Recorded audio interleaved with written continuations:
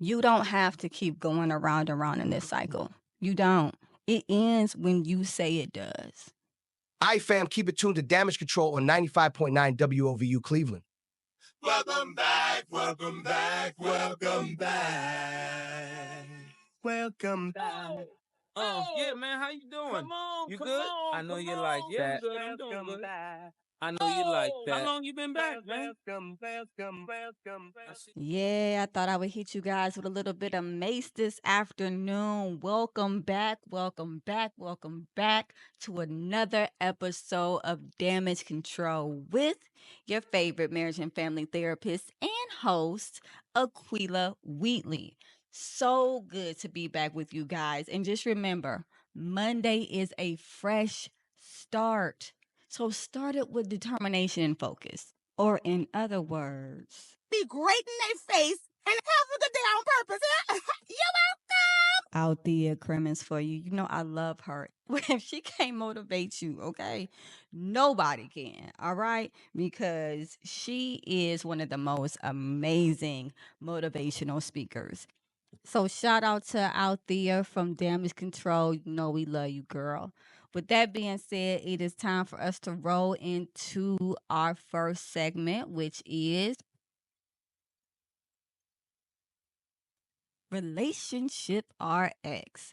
And for those of you new listeners that might not know what Relationship RX is, You're going to learn today. you sure are going to learn today. It is a segment where we take relationship questions, conflicts, concerns, and we read them. So if you're interested in being a part of this segment, definitely feel free to hit me up on Facebook at Supportive Advice Ohio. So this first question is both interesting but also not uncommon. This woman says, my husband has never held down a steady job.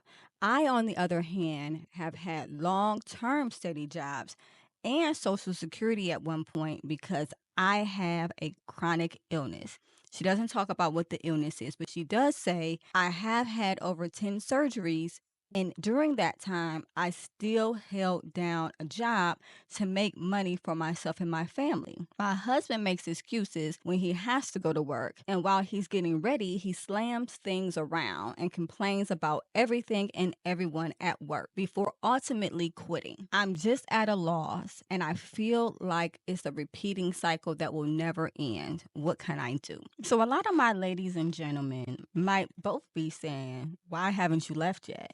Or, well, just leave, because ultimately that is the answer for everything. Just leave. However, it's not. So I want to examine this situation. She says never held down a steady job, right? She also prefaces that with my husband. However, it's hard for me to imagine that this pattern started after they were married.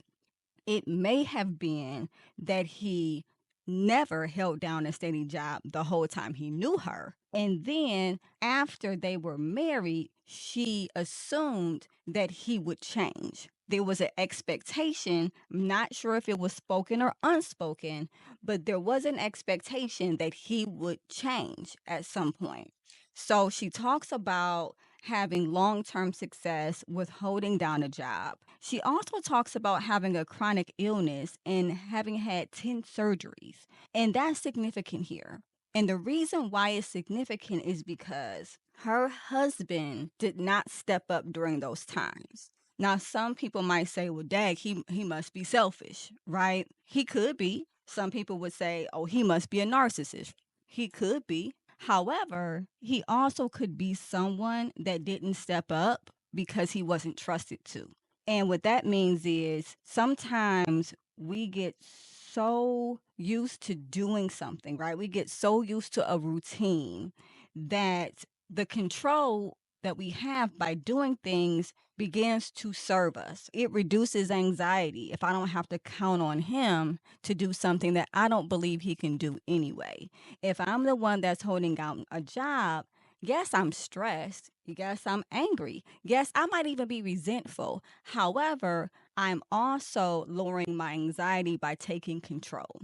In order for him to have stepped up during this time, she would have had to quit working. So a boundary would have had to be set. Hey, I'm going in to have some surgeries. I have the Social Security coming in. It's not going to be enough to maintain the entire home and family. So you're going to have to get a job, and I'm going to be quitting my job as of this date. And so two things could have happened at that point. The first thing is he decided that he was going to call her bluff, and he didn't actually end up getting a job. And so financially, the family suffers, right?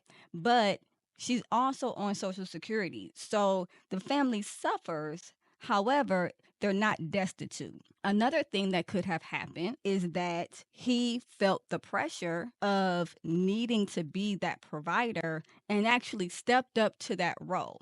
Now, does that mean that he would have been nice about it? Maybe not. Does it mean that his temperament would have been absolutely amazing while he was doing it? Probably not, right? If he's already slamming things and getting upset and complaining about everything, and he has a very negative point of view as it relates to work, that's probably going to be consistent, especially if he hasn't done it for long periods of time. However, people do eventually get into a routine. And it sounds like he hasn't been at a job long enough to actually form a routine, form bonds with people, form friendships with individuals, and actually have a stake in his employment and the people around him, right? It sounds like he goes there begrudging, not interested in making friends, not interested in having any type of interactions. And then he complains about everyone. That is a confirmation bias. This is going to be horrible. So I'm only going to pay attention to things that I believe are horrible that confirm my bias. And I'm going to discard everything that is not horrible, or I'm going to minimize everything that is not horrible because it doesn't align with the bias I already have. There's also some resentment that I hear, and not just from you, but from him. For some reason, and I'm not sure, it seems like he doesn't think that it is within his role, or at least justified within his role, to have to be the one to work. Here is a way to stop repeating a cycle. You get off the merry-go-round. You get off. And this isn't saying you have to end your marriage. This isn't saying you have to leave him. This is saying that you set a boundary. And in setting a boundary, you also set a known and concrete expectation. Now, some people think that a boundary is there to control the other person. People think, oh, well, ultimatums are there to push them to do what I want them to do versus what they want to do because something's at stake. However, a boundary is really just asserting control over yourself and your willingness to take or not take something, do or not do something. You can say to your husband, hey, we've been married since 2009. That's a good 15 years. You haven't held down a steady job. I've had 10 surgeries. If this marriage is going to continue, there's going to need to be significant reprioritization. Now, you don't have to do anything that you don't want to do. However, neither do I. And if the family's well being doesn't move up on your priority list, which would look like possibly you starting a business or maintaining employment or going back to school or whatever is going to help you become the provider that I need you to be, I am going to take steps to, and then fill in the blank. And some people might say, well, that's duress. No, because essentially he doesn't have to do anything. He can continue doing exactly what he's been doing. You're not telling him that if he doesn't do something, you're going to do something to him. No.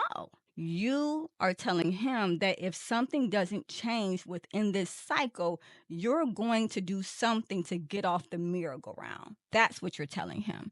Also, couples counseling, getting down to the root of why he's not working, and why you have been okay for so long with taking on this role. Now, again, as I said before, it could be a way of lowering your anxiety by asserting control. If I haven't seen someone do something, then I don't feel comfortable trusting them to do it. And I'm saying it very plainly because it makes sense. If I've never seen a plane float, I might not trust the plane to float, because essentially, if I've not seen it and I've not witnessed it and it's not been normalized to me, I am not going to risk it. However, you can, as I said before, set a boundary. You don't have to keep going around and around in this cycle. You don't. It ends when you say it does.